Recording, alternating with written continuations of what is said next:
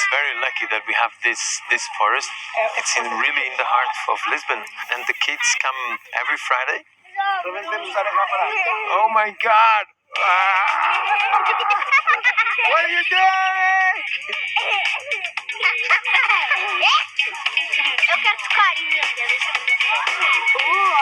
It's something very special that grows around when you have a lot of humidity. It's not edible, you shouldn't eat because it's not lettuce. you know what's the name? It's called lichen. Ouais, c'est un type de champignon, on peut le faire sécher et ça se mange. Et aussi, c'est une type de maladie pour les lézards. Oui. Nice bag. Nice brown bag. I found this in the place where we were climbing. I forgot the name. Pine cone. It makes me It's amazing to see that, from my experience in Asia, things like this, and the parents can freak out.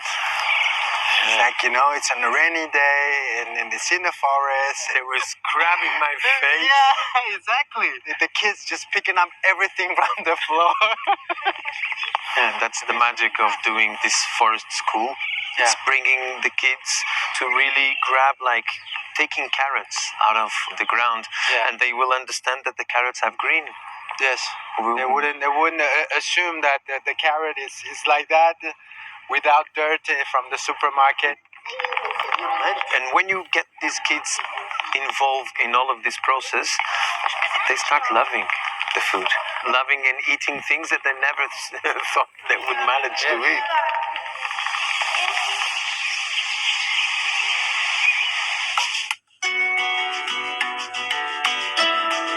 We are all together in this educational path.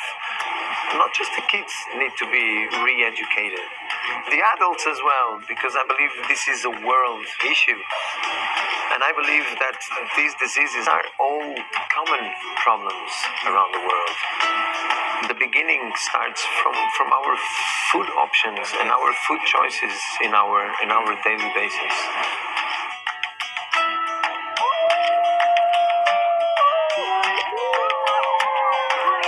Oh my God! I realized that Nunu took his love for his father, turned that into a bigger love for the society. Look down to the smallest detail, and by simple change of their school lunch, that could make a big change.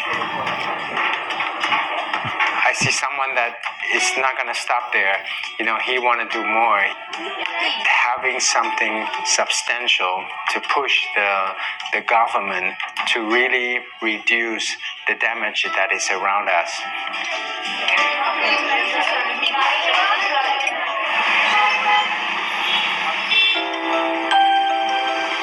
Our environment has been damaged badly.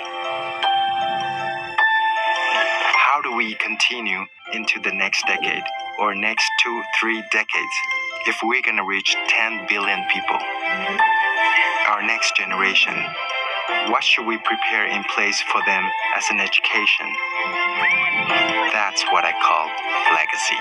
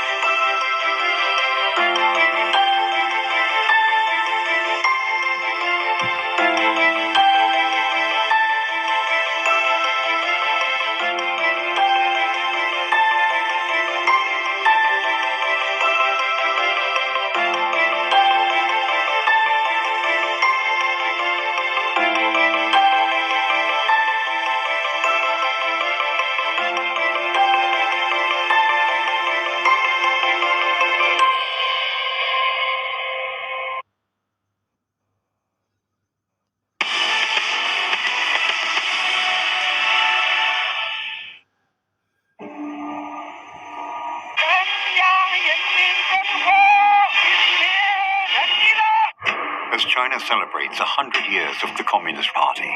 We look at the long journey it has taken. 农民的主要的财产已经冲没。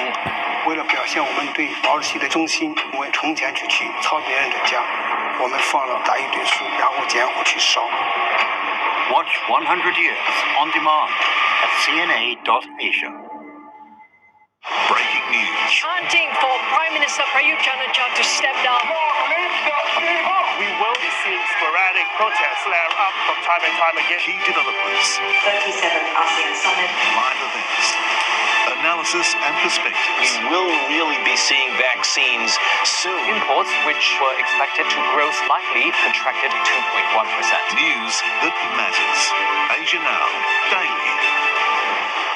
On CNA.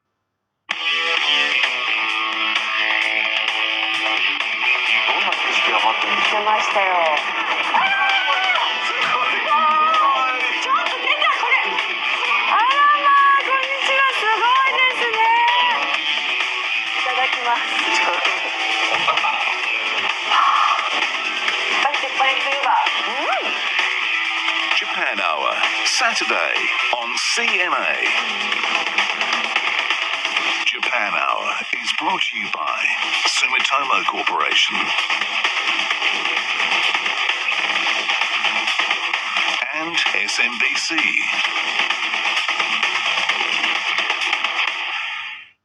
This July, it's time to make a comeback and face challenges head on. Make it work. Job seekers navigate the challenges of the COVID-19 situation in gaining employment. Climate for change, too. Dive into the world of the circular economy, where waste becomes a new resource. Japan's comeback game. The darling of the gaming world, how is Japan gaining back its glory? This July, on CNA. 20 years ago, Japan controlled 50% of the global video game market. So in the late 80s and 90s, video games was Japan. It was Nintendo and it was Sega. In the 2000s, that started to change. Today, its share of the industry is under 10%. Game development got kind of rigid, and that's where Japan kind of got caught in this trap. What is the cause of this decline, and can Japan ever regain the top spot? まあそうですね。僕にとってみると新しいテクノロジーでどんどんなんか境界を押し上げていくというか、新しいチャレンジをし続ける。日本の独特なクリエイティブっていうのはあるような気がします。3年後くらいを楽しみにしていただけると非常に面白いと思いますよ。Japan's comeback game, premiering 24th of July, Saturday on CNA. This is Asia Tonight. Good evening, I'm Jill Newbronner. Tonight's top stories. From Bangkok to Tokyo, more cities in Asia impose tougher virus curbs as COVID-19 cases spike. Thailand will also mix and match vaccinations to increase protection. Sydney warned it is almost impossible for lockdown to be lifted this week. Daily cases have soared past 100 to a new record. Pfizer's COVID-19 vaccine is coming to Taiwan.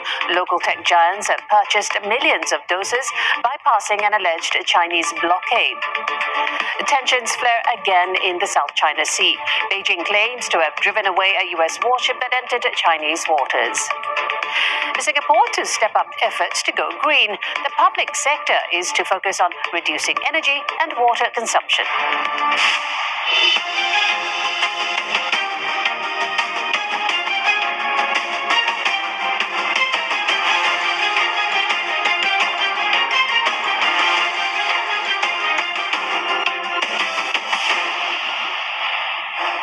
I'm Steve Lai. Also tonight, COVID restrictions eased in Singapore.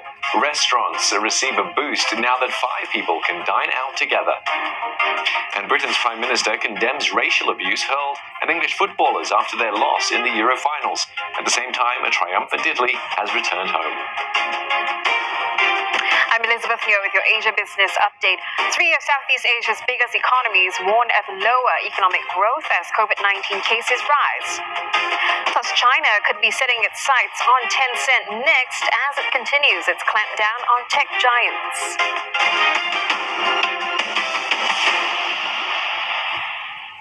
Thailand is mixing up its vaccine strategy to boost protection against COVID-19 as it grapples with surging new infections. It will use AstraZeneca's jab as a second dose for those who have already received the Sinovac shot.